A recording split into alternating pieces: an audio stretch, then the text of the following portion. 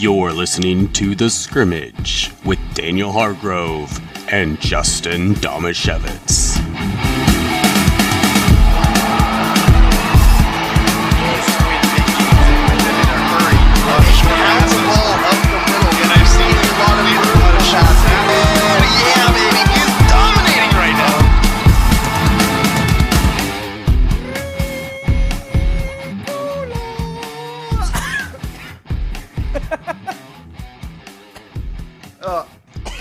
He flew too high. That didn't work. I got too close to the sun. That's exactly the reason why I didn't do it. Yeah. Oh, man. Welcome to the show, everybody.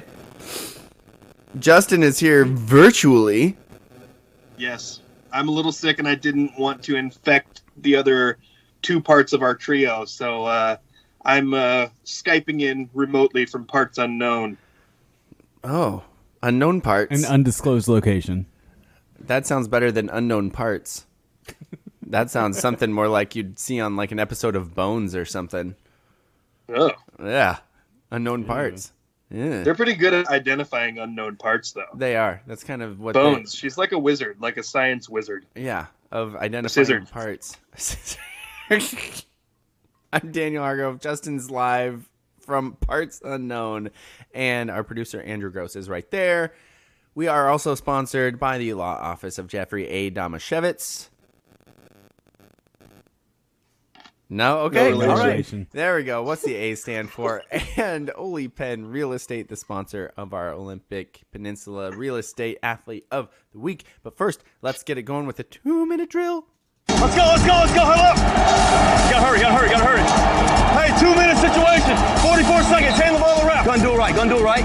3 jet Buckeye. Don't worry. 3. The 2-minute drill starts now. Justin, when Dame comes back, is this the most complete Blazers team in recent memory?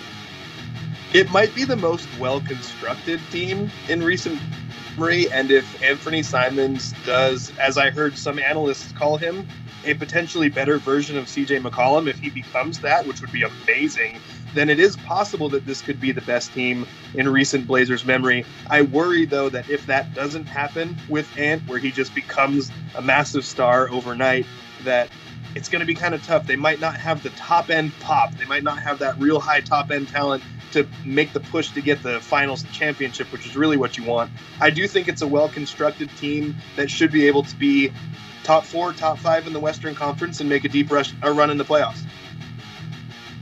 Daniel, the Seattle Kraken started the season 4-4. Did you know hockey was going on? I did, but that's about it. I have failed so far at becoming a good hockey fan. I feel like Andrew's going to get upset with me for that. But yeah, I just found out like a couple days ago. I was like, oh, these are the real games. Because preseason is hard and fast, apparently. The preseason goes real quick.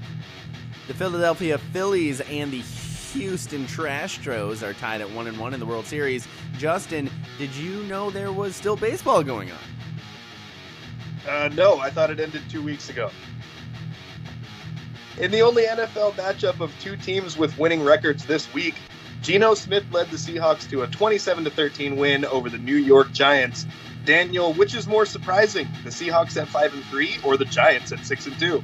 Oh, that's a good question. I would say... Thank you.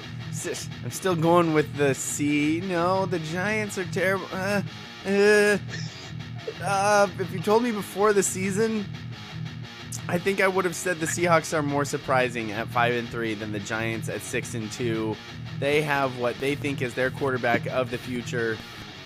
The Seahawks, I was not thinking that Geno was going to do... Whoa, there's that weird sound again. Was going to do anything close to this. And it's been a lot of fun. Also, the defense.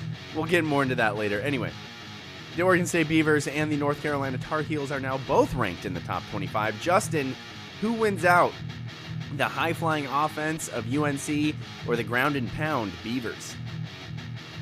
You know, there's really no question about this one. It would be no contest. You would have to try to stop Heisman contender Drake May, who's passed for over 300 yards 5 times this season, and they've played the likes of Duke and Virginia Tech and Georgia State and Appalachian State powerhouses in college football, and they've come out on top time and time again, with their only loss coming to the historical program Notre Dame. No question, Tar Heels would win in that one. Oh, that's pretty good. I mean, when Oregon State's played really top competition too, they haven't really they haven't won. They almost beat USC, and then they got trounced by Utah. So I don't have too much of a leg to stand on there. USC is filthy cheaters. That's true. Wait, Just why saying. is USC filthy cheaters? I don't remember the I thought last time the Cougars played Does it Pete USC Carroll? without an uncalled targeting. It's It's insane. it's just And also, I just hate them. So it's just the culture that Pete Carroll bred and started from the beginning. You should be all about it. You're You all ain't about cheating, you Pete ain't Carroll. trying. Exactly. No, I'm only about that. Nope, you love I'm Pete only Carroll. about You those love philosophies everything that on he my wants. team. I'm not like you two, where I just focus on people. I root for teams. Hey, this is a new frontier for me. Pete Carroll's I a don't- person. Yeah, Pete Carroll's a person. Right. And I root for him because he's the coach of my team. Okay. I don't know what is making that noise, but will you stop it, please? I will try. I don't know what it is. It's the unknown parts. It's Justin's unknown parts. Oh, no.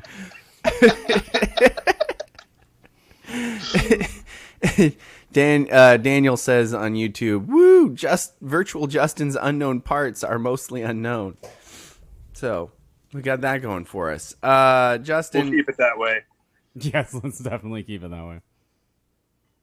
Andrew, actually, you're probably the biggest Kraken guy. Sort of, maybe. Do I you haven't know any watched a game yet. Northwest guy. I've been paying attention. The offense is looking much better than it was previously. They're still struggling in some areas, though. I'm sorry. I'm trying to figure out this They static played in problem. Samaria? They're still struggling in some areas, though. Oh. We have My all bad. of the random sounds going on. I don't know what's going on. I apologize. Just ignore it. Okay, I'll do my best. You're the radio person. Don't you know to just ignore things that aren't in the script? Not when they're that bad. Anyway, I what tell you. happened to the Seahawks defense? Oh, I guess Seahawks is farther down in the show. Should I not talk about this? They're so surprising, man. They're so surprising. All Let's save it and move on to my favorite part of the show. Okay. Serving questions up on a silver platter where the points are made up and the rules don't matter. Time for Stump. Daniel. I can't actually hear that sound, but if I timed it right, it just finished. Hear that? No, I Oh. can hear everything except that. But that's okay. Did I time it right? Weird. Yeah, It was perfect. It was darn good. So it would have been totally seamless if I didn't bring it up. Exactly. I have an addition this week in Stump Daniel, which is brought to you by the law office of Jeffrey A. Domashevitz, no relation. What's the A stand for? I'm bringing back an old favorite. An oldie but a goodie. We've played a lot of Name That Mariner. Baseball season's over. Rearview mirror. We're going to play Name That Seahawk, where I'm going to give Daniel hints about a Seahawk past or present, and he is going to try to guess who that Seahawk is. I have a total of 1, 2, 3, 4, 5, 6, 7, 8 hints. So I think what we do is maybe I'll give you the first 3, and then you get a guess, and then I'll give you one hint at a time. Okay. All right. The first hint. The Seahawks spent 3 years at the University of Michigan before transferring to Central Michigan University to play his senior season. And this is past or present, right? Past or present. This Seahawk was nicknamed the Train by his high school coaches in Flint, Michigan, where he played running back and averaged over 10 yards per carry and scored 19 tutties his senior season. You know, I was on track to get this after the first one, but I'm pretty sure this is Thomas Rawls. You didn't let me give you all the hints yet. I'm sorry. Okay, here's your third hint. This Seahawk once rushed for 458 yards and 8 touchdowns in a high school game, breaking a record set by Mark Ingram. Holy crap. Okay, Daniel, that's 3 hints. Would you like to guess? pretty sure it's Thomas Rawls. It is Thomas Rawls. And you ruined the segment. I'm sorry. I want to know the other hints. All right. Yes. That was impressive. So did you remember the college stuff? Because you tend to kind of know the colleges, like in a way that I don't think most people do. Yeah, I don't know what it was, but as soon as you said Central Michigan, from Michigan to Central Michigan, it kind of rang a bell, and I started working through it a little bit. And then as soon as you said Flint, that he was from Flint, Michigan, because I remember there was a lot of stuff where they were talking about Thomas Rawls, and he had those speeches and stuff, and he mentioned growing up in Flint, Michigan. So that's what did it for me. I don't remember any of that, Gotcha. but I believe that you did. Gotcha. Also, Sean says, can we please stop calling touchdowns tutties? It's cringeworthy. And no. And no, we cannot. I believe that's why we're doing it. And Hannah agrees. And I agree, Sean. I won't. Well, I'm going to keep saying it. So, Tim was going to be signed with the Seahawks as an undrafted free agent in 2015. Okay. Then led the Seahawks in rushing with 830 yards and 4 touchdowns in 2015 as a rookie. Then broke the Seahawks rookie single-game rushing record with 209 yards against the 49ers on November 22nd. And then after leaving the Seahawks in 2018, signed with the Jets, the Bengals, and the Jaguars, but never carried the ball for any of those teams. Yeah, it was just weird. The demise of Thomas Rawls was... The rise and fall of Rawls was really weird. And then the last hint was going to be the nickname that my wife gave him, which was Binky. She called him Binky Rawls. Why? Because he wore that Binky-looking mouthpiece. He did? Does she call He was like DK the first Metcalf? guy that I remember seeing wear that. I don't remember that. I don't but remember I believe that you. either. Yeah. Interesting. Yeah. Well, I'm sorry I got it so quickly. Wait, is that it? Is that the only one? What you're saying is you're apologizing for ruining the segment, Yeah. which I forgive you. What? See, when I saw Stump Daniel name that Seahawk on the show sheet, I was like, oh crap, I don't know the current Seahawks too well. This could get dicey. And then you went old school Thomas Rawls, and I was like, all right, I'm in. I should have gone a current Seahawk. Yeah. I've not paid near as much attention. Being a dad has taken a lot away from watching the Seahawks so far this year. Well, also, they're supposed to stink, so we didn't like when the Russ trade happened. I feel like we paid less attention to preseason Seahawk roster stuff than we had ever before. Yes, that's true. We didn't really get Daniel's. Here's the scrawlings of a madman of what I think the Seahawks' final cuts are going to be. Yeah, that's true. Although I sent you a picture, about a month ago of my those same scrawlings for the Mariners. Yeah. That turned out way different. True. Yeah. Especially by the time they got to the end of the season. Name that Seahawk was a total flop. To be fair, thanks, Daniel. I think you should apologize to our do... sponsor for that. He'll make a personal call later. Well, I don't know the sponsor. There's no relation, so I don't know how to contact him. But we do still have we have to talk Seahawks. But before we talk Seahawks, we got to take a commercial break.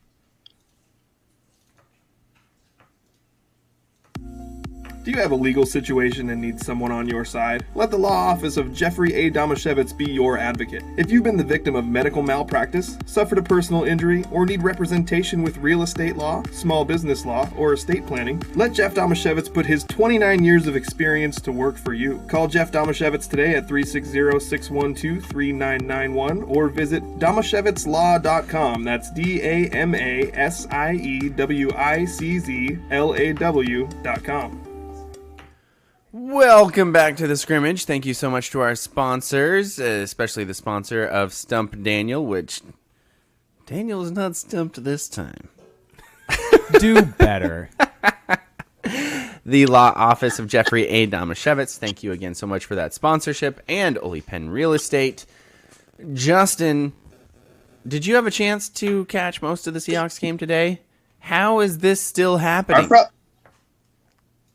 I probably watched more of today's game than I've watched of almost any game this whole season.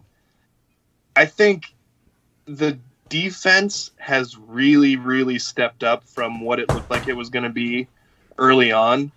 And like Geno's box score, like I'll keep being the one who says like, yeah, everyone can praise Geno and look at how amazing he is.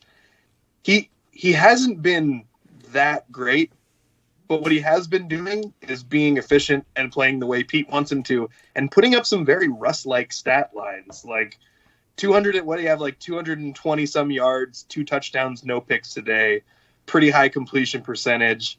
I think what we've seen from Geno is what Pete wants from Geno, and maybe it just got to a point with Russ where they went, okay, well, you can no longer functionally work within our system, whether that's because you can't or you don't want to, and they parted ways, and now he plugged in a quarterback who's going to do what he wants. And there was a report that came out earlier this week that's like, the Seahawks' future plans are to build around Geno Smith moving forward. So, like, they're planning on him being, like, the solution at quarterback for the remainder of Pete Carroll's tenure. And I feel like that just means Pete wants to go back to what they did before Russ was a star. And if that's what Pete wants and it leads to wins, like right now they're overperforming, then I guess that's fine. We know that I just blanked out.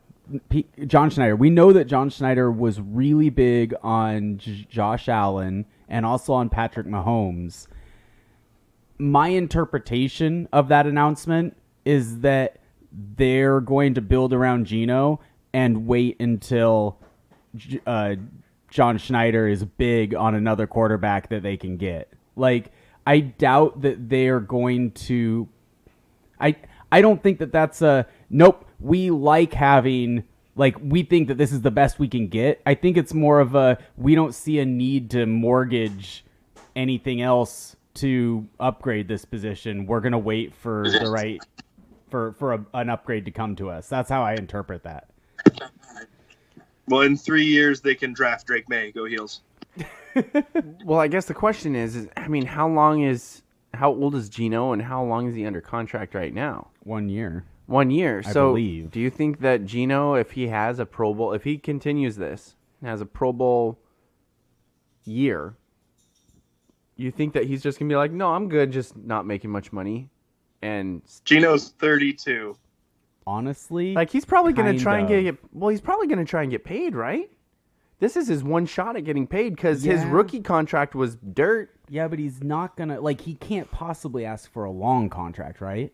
No, not a long contract. So if he gets paid on like a 3-year contract, even if he's getting $25 million. Yeah, but Andrew, salary caps are yearly. They don't care how long the contract is. It's just how much you make that year. Yes, but so if he salary makes cap impacts future because you're always making moves assuming that the salary cap is going to keep going up. Because I'm saying if he makes $25 million, that's $25 million of whatever year that is salary cap. You're saying that will put that you think he'll be able to pull or be able to demand enough to make an impact on the construction of the rest of the roster. Yes. Okay. That would be my concern. I thought you were talking more about the ability to bring in another quarterback. No. And I was like, no, that would be they don't have to commit long term to him. That would be my concern. Whereas if they went young, they could go back to, because if that's the thing, if they want to do whatever they do around a quarterback that's not going to be a star, you either have to find a guy who's just good enough to be successful, but not good enough that he won't get upset if you don't start paying him like a starting quarterback, which I don't think that's out there, because if you are a guy they say they're going to build around, you're going to have to at least pay him like a starter, or you're going to have to get a rookie quarterback, right? Mm-hmm. Isn't that the thought? I wonder if he would be willing to take significantly less. Not like, I mean, less than a top starter. Yeah. Like, I wonder if he'd be willing to take less just because of the perspective that being 32 and having been written off previously would.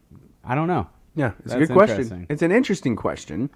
I mean, if he does that, I feel like if he thinks his value is high at 32 years old, and it's as high as it's ever going to be, he might try to go grab as much money as he possibly could. And it'd be really hard to blame him. right? Exactly. Like if you can go get the Rams to pay you $40 million for a year.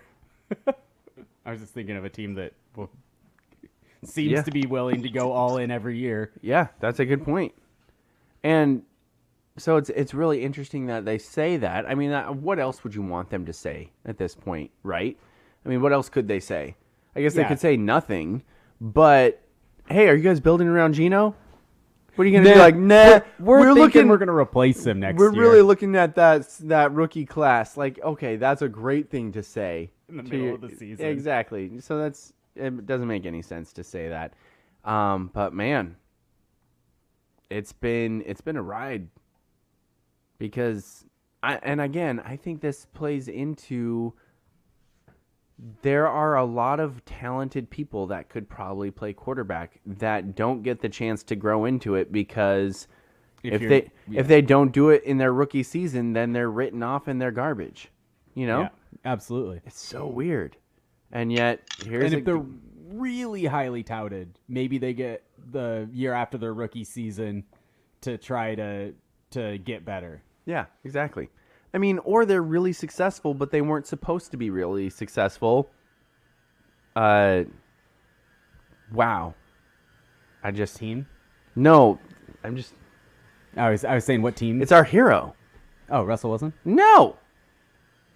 He plays for hero? for the Eagles right now. He's Minshew. I mean, he was really successful, but he wasn't supposed to be. Yeah. So he doesn't get a shot anymore. The NFL and the quarterback position is bizarre and broken in so many different ways it doesn't make sense. Anyway, the defense, I don't understand. Sorry. I should have got that. I know. I said it. It's bizarre to me how the defense has made such an amazing turnaround. I mean, they were playing lights out today.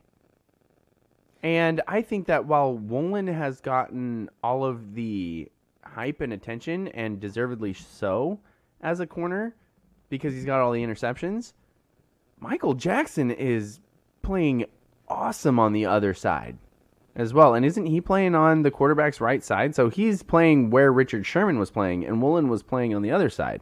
So arguably, he's seeing the harder position, and yet he's playing excellent. Woolen's playing excellent. Kobe Bryant's doing great in the nickel. I love... This is going to sound mean, but I love that they're going more to a nickel and dime package and not having Cody Barton in the game and just using one of their safeties in that spot because, I mean, they get into short-yardage situations, and every time you see like a goal line stand, you just see Cody Barton getting like pushed out in the other universe, and you're like, ugh. No wonder they go to nickel and dime so much. But the defense has been ridiculous, and that's without Jamal Adams. Yeah, again. Yeah. I think in the grand scheme of things, too, if you're just looking at this season as a whole, this is something that our friend Braden Dorman tweeted last week, and I hadn't thought of it, but once he said it out loud, I was like, oh my gosh, that's true. It is possible the Seahawks could make the playoffs, get a top 5 pick from the Broncos, although the Broncos did win this week, so that's a little less likely now. But they beat the Jags. Conceivably, those two things could happen. Yep. And they could have the offensive rookie of the year in Kenneth Walker. Yeah. And they could have the defensive rookie of the year in Tariq Woolen. Because he has the kind of stats with the takeaways that really pop for those kind of awards. That's true. And especially now that Breece Hall is out for the year for the Jets too, that kind of boosts what Kenneth Walker could do. And if that happens, is there any way that Pete Carroll doesn't get Coach of the Year? Finally, he's deserved it. How many Probably times? depends on what the Giants do down the stretch too, because Brian Daboll will be a candidate for that. Yeah, that's a good point. And he's in New York. Yep, but that is a scenario that absolutely could happen. That is absolutely crazy to think about. And Kenneth Walker, I mean, this is a team that has an excellent job at finding talented running backs. Right? Have some of them been injury prone? Yes. even though Rashad Penny was like the healthiest dude you could possibly have through high school and college, and yet turns out to be injury prone. That sucks. But Kenneth Walker is an absolute beast, and their pedigree of finding great running backs has just started yet again. So that's awesome. And then you look, Justin, you also look at the offensive line. Who would have thought that you would have rookies starting on left and right tackle, and you would be excited about the improvement over last year? Sure, not over Dwayne Brown maybe, but the combined right and left tackle are playing better than the right and left tackles combined of last season. I mean, that's insane to think about, that they're two rookies, one of them drafted deep in the draft. Go Cougs. Yeah, and I think the most recent version of Dwayne Brown probably wasn't the best version of Dwayne Brown, so good point. It may actually be an improvement over that this year.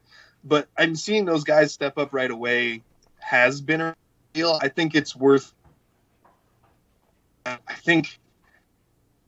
love Russ, and I'm not going to be the guy who says, Russ created all the sacks, but Geno is a little better at getting the ball out quickly than Russ was. So with Russ, we were always watching those, like, what percentage of sacks do we attribute to the line? And there was a ton of them because he was swarmed constantly. And then there was a few times where, you'd be like, okay, well, you had Tyler Lockett open on that drag route and you didn't hit him. Then you held the ball too long and you got sacked. And I think Geno, he doesn't do those things as much as Russ did. So I think he's helping out the line is helping out him, and it's all just kind of worked together in a way that has been really beneficial for the offense. I'm such a Russ homer that I'm going to say that the reason why Russ did that is because his whole career was full of sacks, and so it's ingrained into him. 100%. So I'm going to agreed. I think that's almost indisputable and that was stuff that was going on for for a lot of the early Russ years. He had to do that stuff because they had built a run blocking line that wasn't good at pass blocking. And there was a few years mixed in there where the analytics grades had them as like a top 10 run blocking line and a bottom 10 pass blocking line. And so, yeah, he did. That was a huge factor in him being the way he was. And I think a lot of that stuff has kind of spilled over to Denver too. When I watch him this year play for the Broncos, he doesn't look the same. He doesn't look confident in the pocket. He seems to be backpedaling. His footwork doesn't look great, and he always seems like he feels like he's got to bail out. Absolutely. I think a ton of that makes sense. But for the Seahawks moving forward, Justin, they already have more wins than I thought they would on the whole season. Does this continue? Do they make it? Well, because Andrew was the most optimistic, and yet right now it looks like they not only have a shot at the playoffs, they have a shot at the division. Well, then the next 4 weeks, then they were showing, not the next 4 weeks, but the next 4 games, because there's a bye mixed in there, is all against teams that were supposed to be good that actually turn out to be bad. I know that the Rams are in there, the Cardinals, the Bucks, and I can't remember who the fourth one is, but I remember looking at it. Oh, the Raiders. So the next 4 games are all against teams that would have been thought to be quality teams going into the year that all have sub 500 records. So I would think usually when that happens, like those teams, like Tom Brady's not going to continue to lose all his games. I don't think that he will continue to happen for these teams. But even if they come out of that, like those next 4 games, if they come out of it 2-2, they've already won 7 games. Like you only need a couple more really down the stretch to get into the playoffs. Absolutely. The wild card picture in the NFC, there's like nobody. Yeah. The NFC wild card is so wide open. So even if the Seahawks don't end up winning the division, there's a very high likelihood that they'll only need 9 wins to get in as a wild card. That's crazy. That's absolutely crazy. Taking a look at some of the comments, some weird comments from Francis about the Pitt Panthers. Don't know why that is, because how many? I'm so confused. Is he a Pitt Panthers fan, or where's that coming from? He's a fan of so many other teams. Anyway, it's just Francis being Francis, man. And then he said the Jags beat themselves because they lost to the Broncos. And they threw a pick at the end. Broncos could win with TV dinners when Lawrence is throwing picks. Russ doesn't need to cook. And Russ was about Russ. If you are a Russ homer, you need to turn in your Seahawks fan card. Look, regardless of what you think his motives was, Russ was the only player I've ever seen who had weekly visits to a children's hospital. And while Is that people... because he's the only player doing it, or because he's the only player posting it to Instagram every week?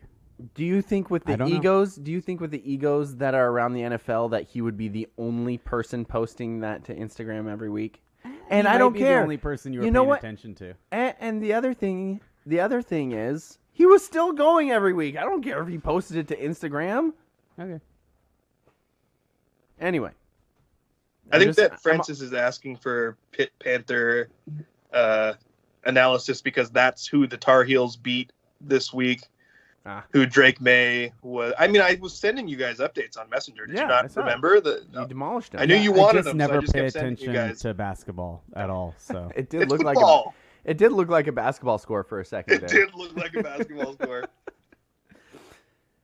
Anyway, is that all we got? Do we want to talk Mariners at all? Are we ready to dive into the free agency discussion, or do we want to wait a little bit? Has anything happened? I tried to do a search for real rumors of here are the guys that may be linked to Seattle, and I came up totally empty. Well, because it hasn't. I haven't heard any direct rumors of specific people being linked to. It's all people that are free agents that would fit well. Yeah. That's what people are talking about. Yeah, exactly. Sean says no. I tend to agree with him. But Dipoto did say in their year-end presser that dude who plays shortstop who'd be willing to play second might be an option. But also, we're not ruling out guys who play shortstop and will still play shortstop. And he had an interesting point with that he expanded on a little bit, I think, in talking to Salk in a different interview. Next year, the shift is going to be banned. Mm-hmm. Second is no longer going to be a position that you can hide a hitter. Yep. It's going to be a premium defensive player now. Again. That's what it used to be. Yeah. So, I wonder. I mean, I've always thought that second, if you're a great shortstop, you could just play second. And I'm pretty sure that's the case. So I don't think that'll be an issue if JP moves over to second. Daniel, you were a great shortstop. How did you transition to second? I was a much better second baseman because that's actually where my arm played. I did not have the arm of a shortstop. So, yeah. When you played shortstop, you had to leave your arm over where second base plays? Yeah, I had to field the ball, would make it run difficult. over to second base, pick up my arm, and throw it to first. It was a very tiring experience. Did you ever consider just doing I don't remember the name of the pitcher, but the one-arm pitchers thing? Jim Abbott. Yeah. That might have worked. Sean says we're not allowed to talk free agency until after the World Series is over. Okay. Then I won't talk free agency. I'll just say I want Trey Turner. That's not talking free agency. It's just saying who I want. That doesn't count. I think something that's worth taking into consideration also is that there is a chance that the Mariners do not go after a massive free agent signing because they think that they can get better value with trades. That is talk that baseball I've been hearing from baseball, some of the baseball people. It's interesting. I don't that the want Mariners to hear that. prefer. I agree. A lot of Mariners Twitter has been mad about it.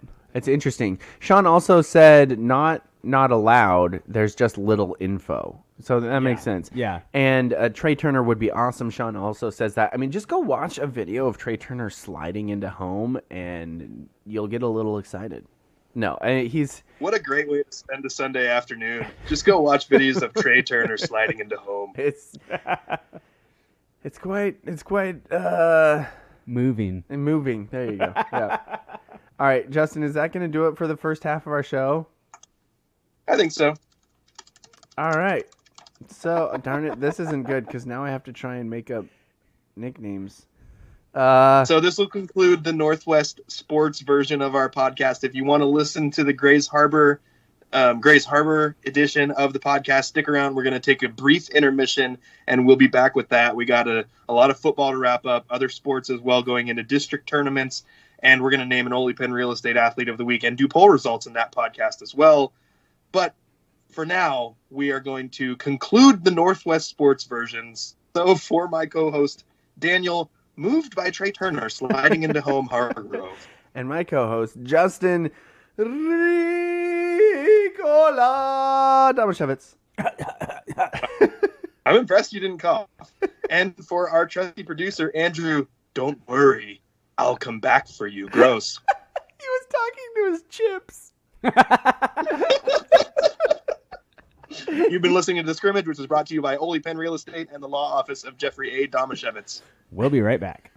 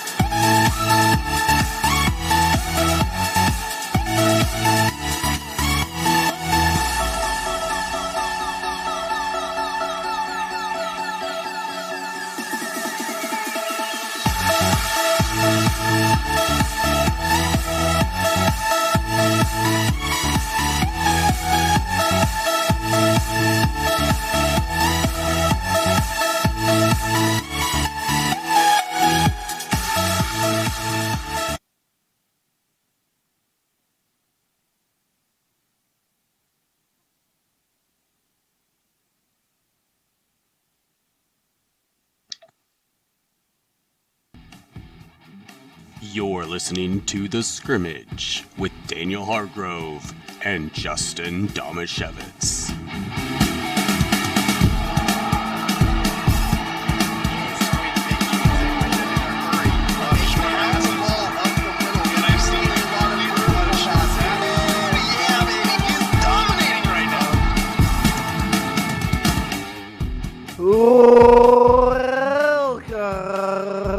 Welcome to the local portion of the Grace Harbor and what I would call Pacific County. We cover Pacific County a little bit too. Portion of our podcast. Can you pop harder, please? Pow. Okay. It's a powerful portion of our podcast. It is. I'm Daniel Hargrove, along with my co-host Justin Domashevitz, who is joining us virtually from parts unknown. And our producer is Andrew, keeping us on the air. Is it still the air when we're not like going out over the radio waves? I doubt it. Probably keeping us live. Keeping us live online. That makes maybe. sense. Francis called me during the break. He wanted to explain to me again. Is that tampering? Who I feel like his that might teams be were, tampering. who his teams are, and why those are his teams. He had a good reason for all of them. I'm still not going to remember. Can you explain it? No, but I think I'm it was. envisioning. I think it was, and I got to tell you, Francis, I'm sorry, the service really isn't great out here, but it was Yankees, Bears, Celtics, Irish, Kentucky.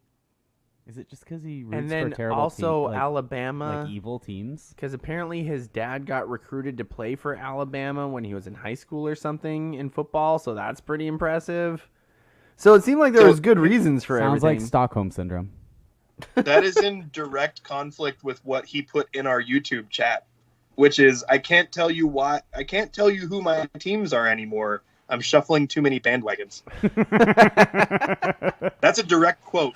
It is. It's on the chat. Says that Bills Mafia is his current bandwagon, and I am a fan. I like the Bills, especially as the AFC team. Oh well, you and Ian. I dig that. Ian's also. I picked up some broadcasting stuff from Ian Cope, voice of Grace Harbor Sports, on my way here today because he loves that nickname. I know he loves it so much. He gets really excited every time I say it. And he was wearing a Bills Mafia T-shirt, so he is all in. He's been a Bills fan, I think, since they went to 4 straight Super Bowls and lost all of them. Yeah, and see, I'm not. I wouldn't even call myself a fan, but I am enjoying them doing well. Gotcha. They're fans. It's mostly their fans. Their fans are awesome. All right. Justin's being a troll in the comment section as usual because he says something's going to be a tough choice when he doesn't think it's going to be a tough choice at all. Fair.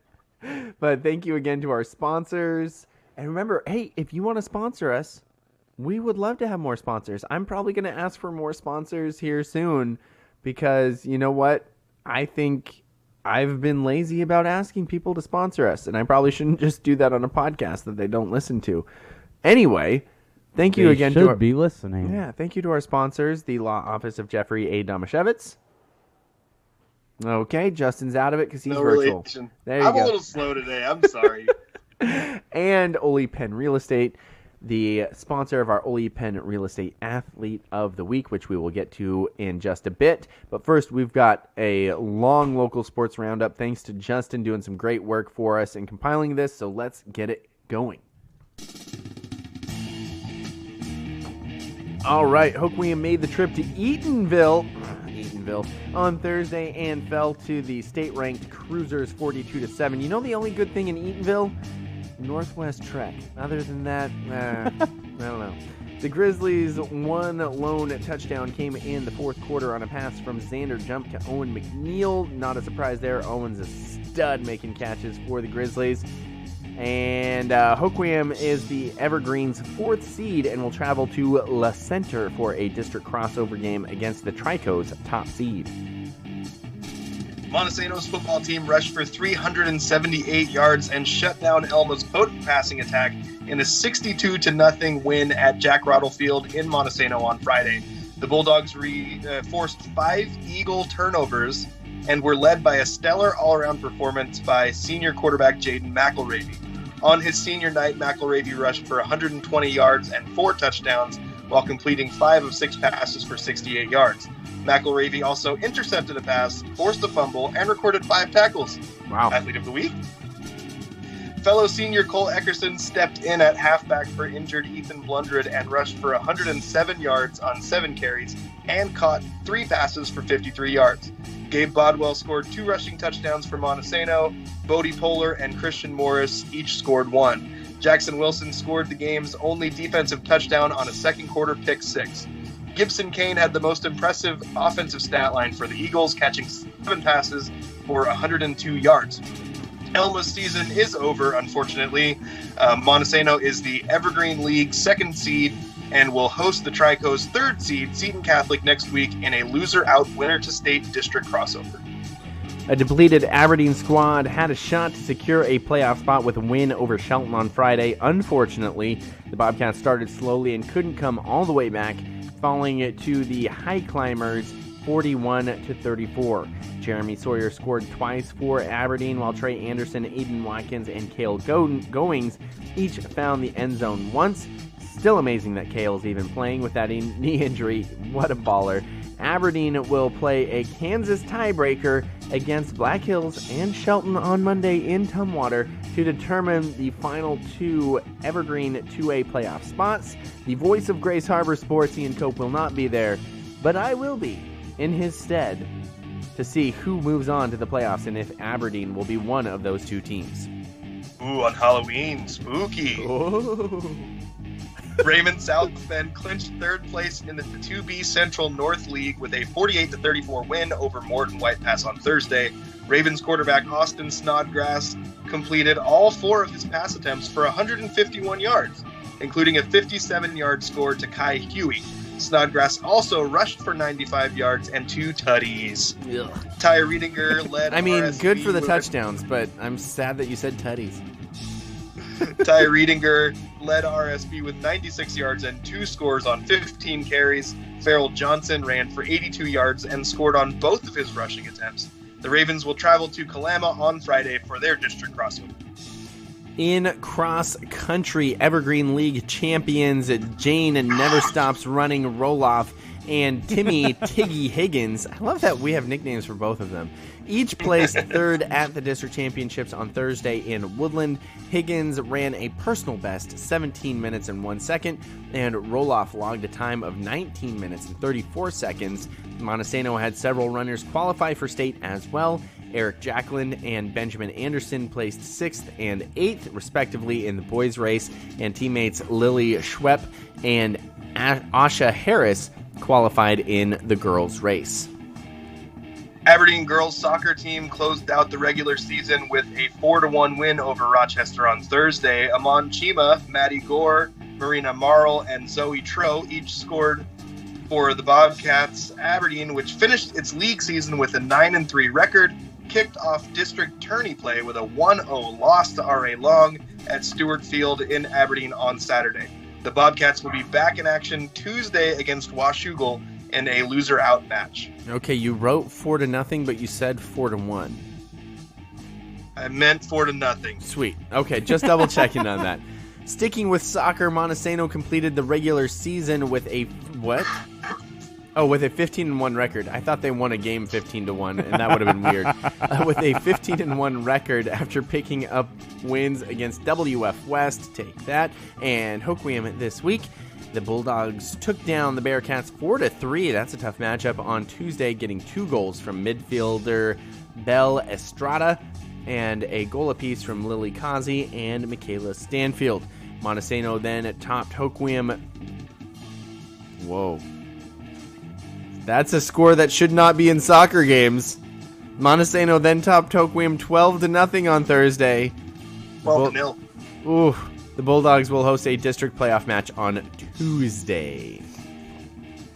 Elma Soccer closed out its regular season on Tuesday with a 7-1 win over Eatonville. Grace Spencer and Beta Valentine each recorded a hat trick for the Eagles. Miley Seberg rounded out Elma's scoring. Elma finished second in the Evergreen 1A League with a 6-2 record. Its only 2 league losses coming against Montesano both by a 1-goal margin. Those were both 2-1 games. The Eagles will host a district playoff game this week on Tuesday as well. Hoke Williams volleyball team completed its regular season undefeated with a straight set win over Montesano on Thursday and won its first league title since 2012. Faith Prosh led the Grizzlies with 11 kills, while Christina Goulet and Chloe Kennedy added 10 kills apiece. Ella Folkers racked up 32 assists, and Gracie Bonnie Spradlin recorded a game-high 22 digs. Montesano finished the regular season in second in the league with a 6-2 record. Both teams will start district tournament play on Wednesday. Whew. And that will do it for our local sports roundup. Thank you to Justin for compiling all that. Thank you to the Daily World, which is where we got a lot of that information. And I got to say, support your local newspaper and your local radio stations, because that is a big way that we support local athletes, is because of your support of those outlets. So, we do our own coverage of some things, but we are only 3 people, and the more people around the Grace Harbor and Pacific County area, the better, so that we can all work together to support local athletes. And clearly Daniel hasn't been keeping up on the soccer news. Yeah. I know Montesano's real good. I just really enjoyed that you thought that 15-1 was the goal or was the score, and then you got to a 12-0 score. Yeah. 12-0. 12-0. Rhymes with dill. Pickles are good.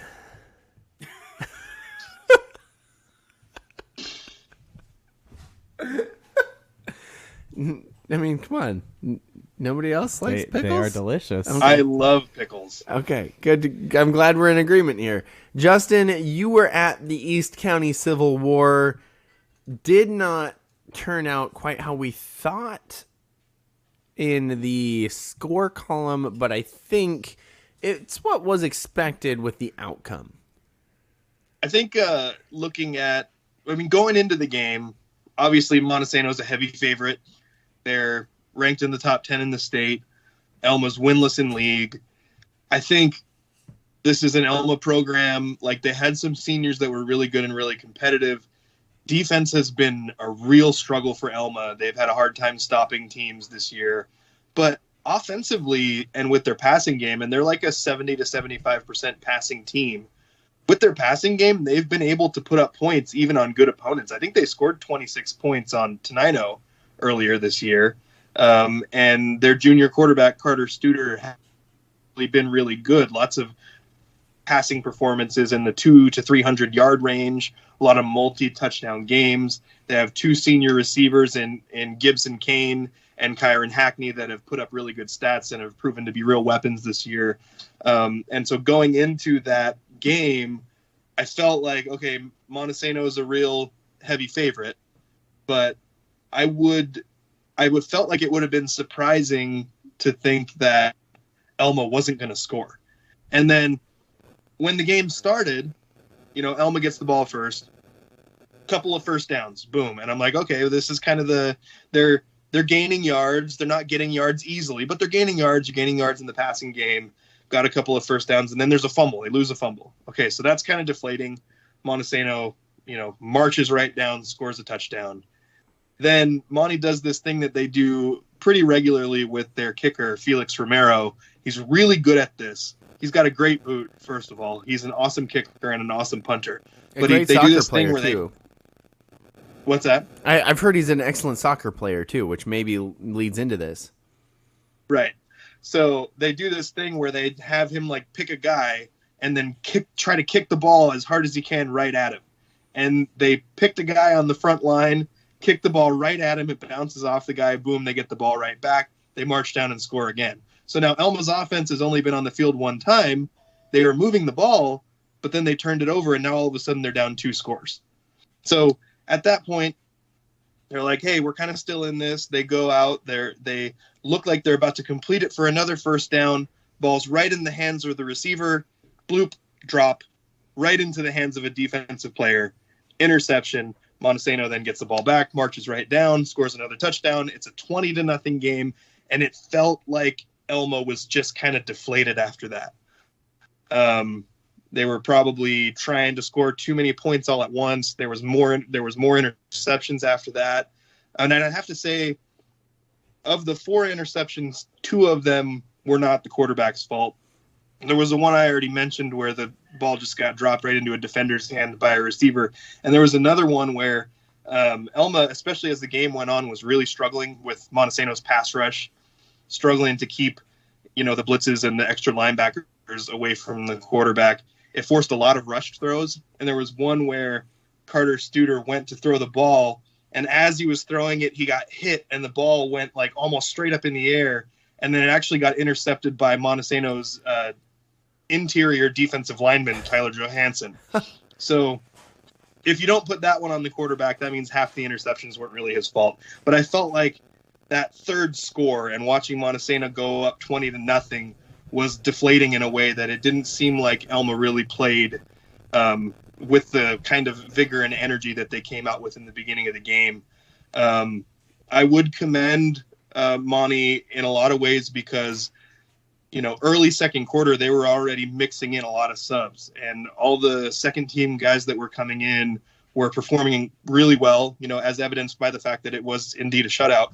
And then also Montesano's JV offense came in and going up against what I think was still at least mostly Elma varsity defense. They put together a 12-play drive and went down the field and scored a touchdown in the third quarter with just an all JV offense. And it was an all JV offense that I would add also didn't have Tucker Eaton, who I think would be the best halfback on that JV team. So I think it was a really great showing for Monty. Probably was ultimately like best case scenario, what you hope for to close out the season. This was a team that was probably feeling a little angry after that 9-0 loss last week, and going into this rivalry game on senior night just really amped up. And kind of off the field, I mean, we've seen different situations throughout this season specifically, but we saw yet another one kind of happen where we've seen situations where Aberdeen didn't get home field when they're supposed to have it. Different situations like that with, the Myrtle Street rivalry game with their game against Montesano. We saw yet another thing happen. Elma's senior night was taken away from them because they didn't get a chance to play in their previous game, correct? And so I thought, I mean, as much as I don't like commending Montesano for things, I think that they got this one right and celebrated the senior night of Elma's players as well. Yeah, Elma's last home game, which would have been hosting Eatonville last week, was canceled due to an outbreak of illness. So Elma didn't get that game, and they didn't get, what senior nights are always like, all the festivity, and you bring your parents out, and everybody gets gifts, and they still didn't get that the way that you would have on a normal senior night. I did think it was nice. They at least said, well, since the Elma seniors didn't get recognition on their senior night on their home field, let's give them all a shout out. And they mentioned by name all of the Elma seniors, which I thought was pretty cool. It's not the same. So I still feel bad for the kids that they didn't get that full senior night experience. And there was actually a similar thing that happened in PL Willapa Valley earlier a couple weeks ago, because they were supposed to have their senior night, and then the team that they were going to play against ended up forfeiting. Yeah, so I think they still went to the field and did senior night, but it just wasn't during a football game, so it wasn't the same. Yeah. So, yeah, these experiences, I think that we watch, and sometimes it's like, senior night, that's kind of annoying. That means there's all this festivity, and it's going to take forever and all that, but it really means a lot to the kids to have things feel real and feel special like that. So even though Elma did get to have their names announced as seniors, they didn't get that full experience. So that's still kind of sad. Yeah. I mean, I still have my pictures from senior night. I think because in baseball, we didn't really do that much of a senior night type thing. Yeah. We got some pictures of us. Thankfully, I think Patty Reinvan had some pictures that she had taken of us during the season and gave those to us. So we kind of had some sort of ceremony. But in basketball and football, the ceremony is kind of a big deal, you know, and you get out there with your parents, as you mentioned, and you get gifts for your mom and all that. And it's a big deal. And I still have pictures of that. And it still means a lot to me, even though that was 15 years ago. Holy crap, that was 15 years ago. And so yeah, You're old.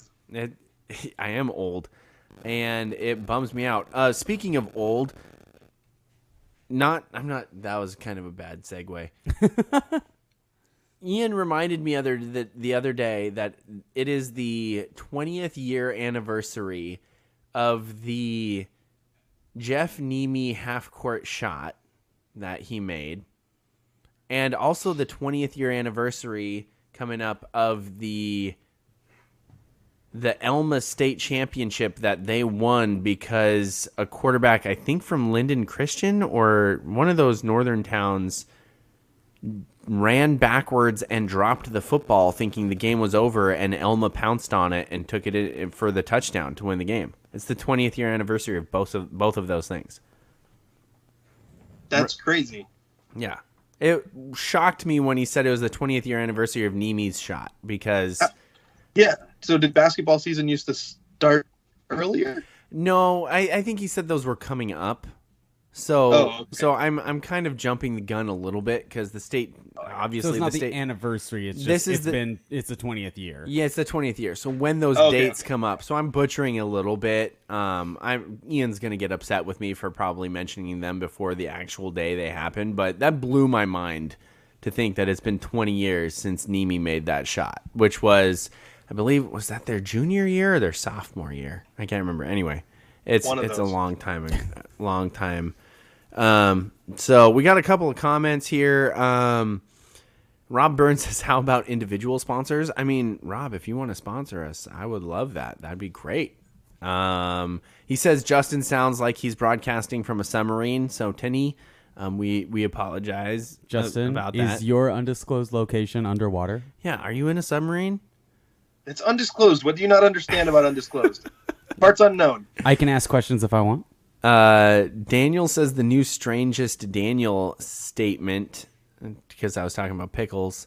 Rob Burns says Pickle Daniel, and then he says, yes, Felix Romero is very good at soccer. And then Christian Delgado said Elma did do the same as PL. They had a senior night recognition, but still not the same for Elma for sure. And that's absolutely the case. So I'm glad they still did something that PL Willapa Valley did and had that senior night festivities. But yeah, it's just not the same. So, all right. Is that all you got from the East County Civil War matchup? Anything else you want to mention? I think so. I think one thing, the only other thing I wanted to note was I felt really bad for Ethan Blundred not being able to play on his senior night. Seems to have, I don't want to speculate about kids' injuries, but he sat out and it was like a ankle leg, something in his lower leg appeared to be bothering him that he had hurt the previous week. And they did actually, in the third quarter, they had most of the starters and then the guys who are seniors all took the field together for a few plays to open the third quarter on offense. So Ethan got to go out there and just be as a wide receiver. So at least got to be on the field for a few plays as a senior. And I thought Cole Eckerson, his performance stepping in at halfback when Cole is the team's safety. He's one of their best defensive players for sure. Really focuses on that side of the ball and he's really good at it. Whenever he has stepped in on offense, I've always felt like he played really well, but he just hasn't, it's not been his focus. He focuses on defense. So for him to be able to step in at halfback without ever really having, like in the high school system, having played it very little or not at all, to be able to go, 160 yards on 10 touches, I thought it was really phenomenal. So stepping in for his senior brother, Cole Eckerson, really good performance in that game for Montesano. And I won't go on any longer. Go Dogs. All right, so we'll move on then to the Aberdeen playoff situation. So Aberdeen had a chance to lock up the 3 seed if they would have beat Shelton. They did not. They started slow, ended up making a furious comeback, could not finish it out, losing 41-34. Now that leaves them in, for the second year in a row, a Kansas tiebreaker to see 2 teams in, 1 team out of the playoffs. This is something that has happened a lot with this Aberdeen squad over the past few years. I remember all the way back, I think the first time I covered one was when Joel DeBlanco was forced into playing quarterback as a junior for that team. And we've had a few different Kansas tiebreakers, especially in this Evergreen 2A tournament or league. And now they have to play Black Hills and Shelton, college playoff rules, round robin, weird style night of a football game. It's weird to me that it's at Tumwater because I'm pretty sure that's where Black Hills plays their football games as well. So it's at Black Hills' home stadium. Not sure why they get a borderline home game because of this. I mean, it's kind of a middle ground, but not really. I assumed.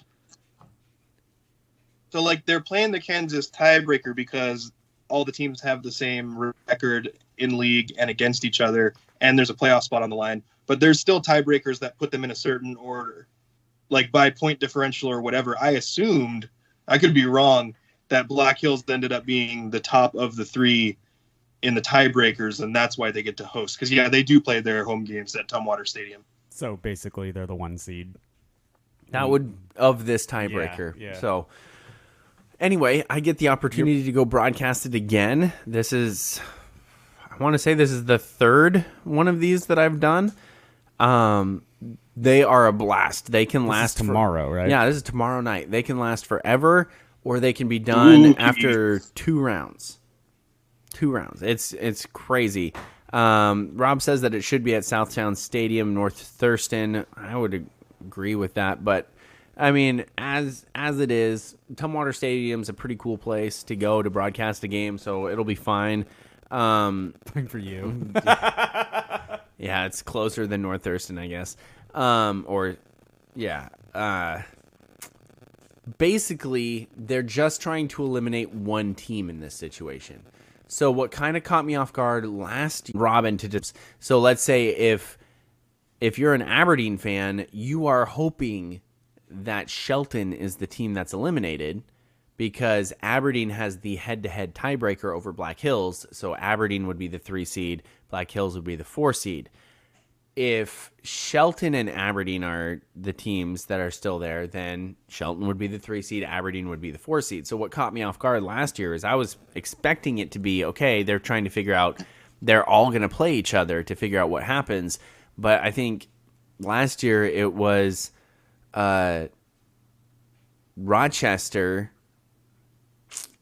beat Centralia, and then Aberdeen beat Centralia, and that eliminated Centralia, and then Rochester had the head-to-head tiebreaker against Aberdeen, so they didn't need to play that game, so Rochester was the 3 seed. So it's a similar situation here. They're just trying to eliminate 1 team, and then the head-to-head tiebreaker between the 2 remaining teams is what comes into effect. Did I explain that correctly? Yeah, that sounded right to me. The only other thing to mention is, I believe, so it's their, I think Washougal is who they would play if they were the 4 seed, and Mark Morris is who they would play if they are the 3 seed. Justin, do you know if that's correct? I cannot confirm or deny that. Okay, let me try and scramble to find that. Have you been able to go to any of these Kansas tiebreakers yet? No, I haven't. I always think that they seem really fun. I thought, although, like when now Montesano, Tenino, and Eatonville tied, like they shared the league title because they all had the same record in league and they all split against each other. It would be so fun to do a Kansas tiebreaker to determine a league champion. It's kind of unnecessary, yeah, but it would be fun. I get the idea of it's really cool. It would be horrible for my heart. I wouldn't be able to handle it. But I think these things are really cool. I also think it's worth noting, like this Aberdeen loss to Shelton. it feels like There is a large one of the dog on the most- screen. I'm sorry. It's kind of distracting. high packs. That is a polar bear, not a dog. And This Aberdeen loss to Shelton feels like one of the most excusable losses I can think of. Like, this team is so crushed by injury. They have not only literally they have a guy playing on one knee, and he ended up playing quarterback for them in the second half because the guy who started at quarterback got hurt. You know, their best interior player, Paul Baltazar, is only playing on one side of the ball because he's playing through an injury and just coming back from an injury. They've had defensive backs out. They had a receiver who's been a really solid player for them this year who had a death in the family and wasn't able to play this week. Like, the hits just keep coming over and over again for Aberdeen to the point where, like, yeah, I feel like going into that game, I was looking at it going, okay, I'm confident here. This is a good Aberdeen team. I saw Shelton earlier this year because Montesano played him. I think Shelton's good, but I think Aberdeen's better. And then there's just like this really weird mix of things kind of all collaborating that make it so Aberdeen doesn't end up being able to pull it out in the end. And I feel Aberdeen is better if fully constructed than what they were able to put out on the field on Friday. absolutely, and I am confirming right now, if they end up the 4 seed, they will play Washougal, who is the 1 seed coming out of the Greater St. Helens League. Mark Morris is the 2 seed. RPI ranking wise, Washougal's the 8th in the state, and Mark Morris is the 9th. So they're pretty similar, actually. And while we have seen some truly dominant teams coming out of that Greater St. Helens League 2A the past few years, I gotta say, it's not so much this year. I mean, Washougal and Mark Morris are good, but they both have 1 loss on the season. Washougal doesn't have any in league, but they still have a loss. That's a pretty big league down there, by the way. I mean, that's kind of lucky for them. They have Washougal, Mark Morris, Ridgefield, Columbia River, Woodland, Hawkinson, Hudson's Bay, and R.A. Long. They have an 8-team league, so they don't need to play very many non-league games. So it's a little interesting to see exactly how great they are. Hawkinson had been the powerhouse in that league for a while now, so to see them all the way down, missing the playoffs this year, is kind of surprising. So it's going to be interesting to see if Aberdeen can get out of this Kansas tiebreaker. If they play Washougal or Mark Morris, are those possibly winnable games? I mean, because if they can get healthy, I guess would be the thing. I mean, or healthier, because some of the injuries just aren't going to get completely fixed. But I mean, they could get healthier. Like, Baltazar is just going to get healthier, I think, throughout the season, so that might help a little bit.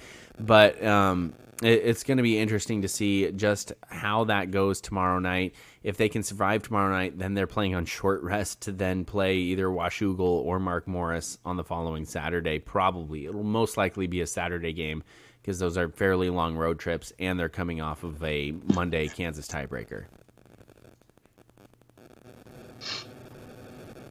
So we do still need to name an Oly Pen Real Estate Athlete of the Week. Yes. And I also have poll results. Yes. We got a tough choice to make here on Oly Pen Real Estate Athlete of the Week. I know what my vote is, but we all get a vote. So before we do that, we're going to take a commercial break, and then we'll name an Athlete of the Week and run through the nominations right on the other side of a word from our sponsors. At Oly Pen Real Estate, we have solidified our foundation on 4 core values. First, we continuously focus on growing our knowledge in the market and in our practices to bring the highest level of competency to our clients. Second, we provide a high level of integrity, compassion, and kindness in every aspect of our business. Third, we put the human element above business through humor, enthusiasm, and patience. And last but not least, we proactively respond to the needs of our clients. Our mission is to create a personal real estate experience, one person and one home at a time. With Oly Pen, it's personal. Hi, we're Welcome back, back. Justin. Welcome back to the scrimmage. I'm Justin Damashevitz. Co-host Daniel Hargrove will be rejoining us shortly, and our producer Andrew Gross is here with us as well. We are brought to you by Oly Pen Real Estate and the law office of Jeffrey A. Damashevitz. Daniel the is next back thing from on the the show sheet undisclosed is location. to name the Oly Pen Real Estate Athlete of the Week. And so I want to run through some potential athletes of the week here. I know who my front runner is, and I'm going to say right off the bat, my vote's going to go to Jayden McElravy of Montesano football. On senior night, we get the escalator of it being the East County rivalry game. 120 rushing yards and 4 touchdowns, 5 of 6 passing for 68 yards. All those offensive stats came in the first half, by the way. 5 tackles, an interception, and a forced fumble. He was the one when I told you at the beginning of the game that there was an interception and a fumble in the first 2 Elma series that really made the game turn and it felt like Elma got deflated. Jayden was the one who had the pick. He's the one who forced the fumble on those 2 series. So Jayden McElravy, nomination for Athlete of the Week. I think Austin Snodgrass needs a nod here. RSB locking up the 3rd seed in their league with the win over a really solid Morton White pass team. He had 151 passing yards and a touchdown, 95 rushing yards and 2 touchdowns on the ground. For Elma soccer, they had a 7-1 win over Eatonville this week, in which Grace Spencer and Beta Valentine both had a hat trick. Let's go. Take that, Eatonville. And then for Hope William Volleyball, I looked at everything and all the stats, and I couldn't pick a player. So I just put Hope William Volleyball, all of them. Yeah. Need to be nominated for Athlete of the Week because undefeated regular season is really impressive what those girls did. Absolutely. I love all of those nominations. Obviously, the Hoquiam volleyball, I'm going to be a little bit partial to. It's hard, though, when you're trying to make this about an athlete of the week, though. And I think that, we've had snubs of the week, right, before for a long time. And Trace Ridgeway, you could call the snub of the week the Trace Ridgeway Award, right? Yeah. And then it was Isaiah Pierce after that. Yeah. Yeah, but more so Trace. Let's be honest. We snubbed him a lot. Sorry Trace became a catchphrase. Exactly. I think that Jayden has had some excellent performances this year, but for various reasons we have looked elsewhere. And while I love Hoquiam, you know that I let my Grizzlies show a decent amount. And while hat tricks are ridiculous and awesome, and that 2 people got one in one game, we have kind of had new standards with schmat tricks and double hat tricks and all of this weird stuff, or the whatever. Rob gave us some actual names for different things. For like a true hat trick is like in 1/2 or something like that. And Austin Snodgrass has had just an amazing year. And when you said that he should get a nod, all I could think of was he should get a snod right here. But I think this is the week that Jayden McElravy should be the Oly Pen Real Estate Athlete of the Week. 120 rushing yards, 4 touchdowns, 5 for 6 passing for 68 yards, 5 tackles, an interception, a forced fumble, and most of that, Justin, I'm assuming, was in the first half. All of the offensive stats definitely were in the first half, and the interception and the forced fumble were on the first 2 Elma offensive series. The 5 tackles could have mixed in a little bit in the second half, but it would have been almost all those stats would be first half stats. All right. So that is going to be our Oly Pen Real Estate Athlete of the Week. Congratulations, Jayden McElravy. Definitely well-deserving on that award. And again, probably the most prestigious award you'll ever win. Not because you won't win any more awards, but because this is the most prestigious award out there. Well, and Jayden doesn't play basketball, so he can't become a certified bucket getter. Absolutely. A couple of comments to get there. Daniel says, we always wanted Shelton to be eliminated. He also says the Mark Morris are butterflies, as reference to their mascot. They are the Monarchs. And he says, swat them, I say. Kristen Delgado says, J-Mac for sure, go Dogs. And yes, Jayden McElravy is our Oly Pen Real Estate Athlete of the Week. All right. It's all downhill from here on out, Jayden. Sorry. Sorry, bud. Congratulations. Okay, Justin, it is now for one of my favorite parts of the show. The part of the show where I find out if I'm going to be canceled this week. Oh, I thought it was the mailbag. I was like, I didn't pose that question. I didn't ask if you should be canceled this week. We haven't done mailbag for a while. Polls. We haven't. Andrew just brought up mailbag. We haven't done mailbag for a while, and we have people commenting. Right. Hey, impromptu mailbag session coming after poll results. There's people actually chiming in here. Throw in a random question about anything. Example, but don't ask this question: is a hot dog a sandwich? Please don't ask that question. Don't ask that question because we don't have time for it tonight. But throw in any random questions, and but right now it's time for poll results. So the first poll: should Justin be fined for forgetting WF West's mascot? Which I did. The WF West. No, you shouldn't be fined for that. What is their mascot? Well, the Bearcats. 64% of the audience, 64% said yes, I should be fined for that. You don't to need be fair, I voted yes on that, but I would vote yes on should Justin be fined? Yes, I didn't read further. You're not. Okay, here's the next one. This is a Daniel-based question. All right, you're not working in Lewis County. You don't need to know all their mascots. I need to brush up because there's so many different cities and high schools in Lewis County. I need to know all of them, and I'm a little scared that I don't know all of them right now. But I do know the Bearcats. I'm just learning. Lewis County might be bigger than I thought. They have a lot of cities. Justin, you know I have an idea for a future Stump Daniel topic. Name that Lewis County high school mascot. You know what's interesting is match the mascots in high schools and towns. As a county, I think it's roughly the same size as Grace Harbor. I'm not positive on that. But for some reason they have it feels like, maybe I'm wrong on this, it feels like they have more cities. I could be incorrect on that. Do you mean like population wise it's the same size? Yeah. Oh, as a county, yeah. Interesting. Yeah, I'm not positive. I'll have to do some research. When you initially said it, I thought you were saying the same land, like the same area, and I was like, they're the same size, roughly. Oh, that's also a good question because Grace Harbor is weird shaped, and Grace Lewis Harbor's County got so much empty space in it to the north, though. Yeah, and Lewis County is like a rectangle, like just all the way across. It's interesting. Anyway, sorry, Justin. What's the next one? This is a Daniel-based poll question. If you are in your 30s, is it reasonable to hold a grudge against an entire town for something that happened in 7th grade AAU basketball?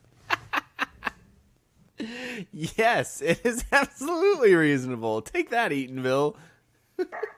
Well, Daniel, 72% of our audience agree with you. It is reasonable. Yes, let's go. All right, now take two on this question. Where does Mary M. Knight get its kids? I added the third option to it. It's either Matlock, The Woods, or I don't know. Okay. The Woods won again. Yes. 50% of our audience said that they get their kids from The Woods. Gotcha. Rob says Grace Harbor has more timberland. Lewis County is just highway, which is weird because it is kind of highway in two directions, right? Like there's the towns on I-5 and then there's the towns on Highway 12. So that makes sense. Anyway, back to your polls. The next poll question. Now, Daniel, you were very disappointed last week when you were talking about how we haven't had a Haley Van Lith question in a really long time. So I was like, what was something from this episode that Daniel felt like he did well? And I would put you up against Haley Van Lith, and I remembered you commenting on your video commercial that you created, saying that it was really nice. And I said it was skillfully done. So it led to the poll question. Who would be more skillful in creating a video commercial? Daniel Hargrove or Haley Van Lith? Come on. 90% of the audience said Haley Van Lith would be more skillful in creating a video commercial than you. Come on. Wait, was this peak Daniel Hargrove? Or hey! I just went Daniel Hargrove because I thought, like, right now you'd probably be better at it than any time before. Come on. All right, I got I'm one more. offended at that one. Last one. I'm offended at all the Haley Van List ones. You've never beaten Haley, right? She's undefeated against you? She is undefeated in polls. He specifies in Who would polls. be better at poll questions? Daniel Hargrove or Haley? Okay. I think that's obvious. Last one. This is something based on something Daniel said. Is saying fiddly dee potatoes to an Irish person for no reason the equivalent of shouting bangers and mash every time someone mentions something vaguely British? I'm gonna say, yeah, that's equivalent. Yeah. It's closer than I thought, but yes, 57% of people said yes. Gotcha. It is the equivalent. Yeah. And that's it for our poll questions. I feel like we should add one into that, like yelling Wiener Schnitzel at a German person or something like that. Okay, that'll be on next week's poll. Or Volkswagen. And I have to guess on that one. That might offend him more so. Even more than the dogs barking in the background of Justin's feed here. Justin, is that Azula or is it... Oh, what's your other dog's name? Zuko. Is that Azula or Zuko? Thank you, Hannah, in the background, letting me know what dog is barking in the background for you. It's Azula. Azula. Yeah.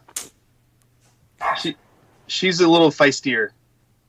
That is very understandable. You named those dogs, so you should be aware that what those names do to their personality. Wow, there's a polar bear in the screen again. I guess not quite in the screen, just in my vision.